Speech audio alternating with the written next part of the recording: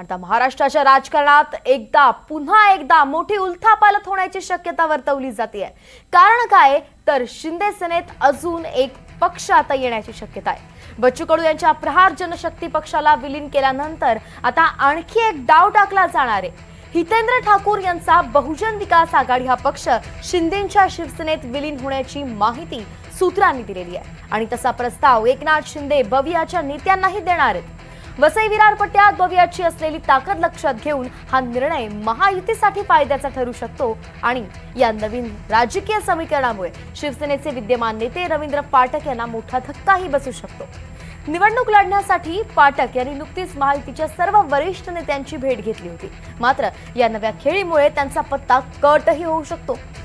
बवियाचे माजी आमदार क्षितिज ठाकूर यांची शिवसेनेचे उमेदवार म्हणून अनपेक्षितपणे एंट्री होऊ शकते आणि म्हणून ठाणे पालघरच्या राजकारणात चेहरामोहराच बदलून जाऊ शकतो। दरम्यान उद्योग मंत्री उदय सामंत यांनी यावरती काय प्रतिक्रिया दिली आहे पाहूया। आपल्याच माध्यमातून सकाळी म्हणजे मी असेल पाटील साहेबांनी असेल आम्ही बघितलं की वसई विरारमध्ये आप्पांचा नक्की राजकीय वर्चस्व आहे, आपल्याला कोणालाही नाकारता येणार नाही। मग क्षितिज असतील, आप्पा असतील, त्यांची बहुजन विकास आघाडी असेल आणि चांगल्या भावनेने जर रवी फाटकांनी जर त्यांची भेट घेतली असेल तर चांगलं आहे ना।